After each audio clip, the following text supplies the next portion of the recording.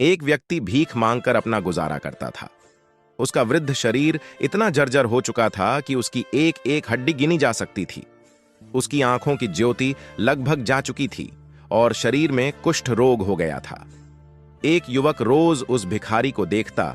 उसे देखकर युवक के मन में घृणा और दया के भाव एक साथ उमड़ते थे। वह सोचता, इसके जीने का क्या फायदा? जीवन से इसे इतना लगाव क्यों है? ईश्वर इसे मुक्ति क्यों नहीं दे देते? एक दिन जब उससे नहीं रहा गया तो वह भिखारी के पास जाकर बोला, बाबा, तुम्हारी इतनी बुरी हालत है, फिर भी तुम जीना चाहते हो और भीख मांगते हो। तुम ईश्वर से यह प्रार्थना क्यों नहीं करते कि वह तुम्हें इस नारकीय जीवन से मुक्त कर दे?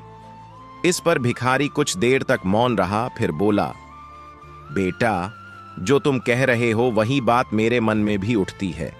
मैं ईश्वर से बार बार यही प्रार्थना करता हूं, पर वह मेरी सुनता ही नहीं।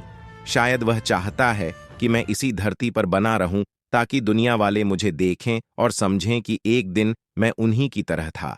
लेकिन कभी वह दिन भी आ सकता है जब किसी कारणवश वे भी मेरी ही तरह हो जाएं। इसीलिए किसी को भी अपने ऊपर किसी भी तरह का अभिमान नहीं करना चाहिए। इंसान की जिंदगी में सब दिन हमेशा एक से नहीं रहते। युवक भिखारी के शब्दों में छिपी बातों का मर्म समझ गया। उसे लगा कि भिखारी ने उसकी आंखें खोल दी हैं। इसके बाद जीवन भर उसने फिर किसी के जीवन को हेय समझने की गलती नहीं की।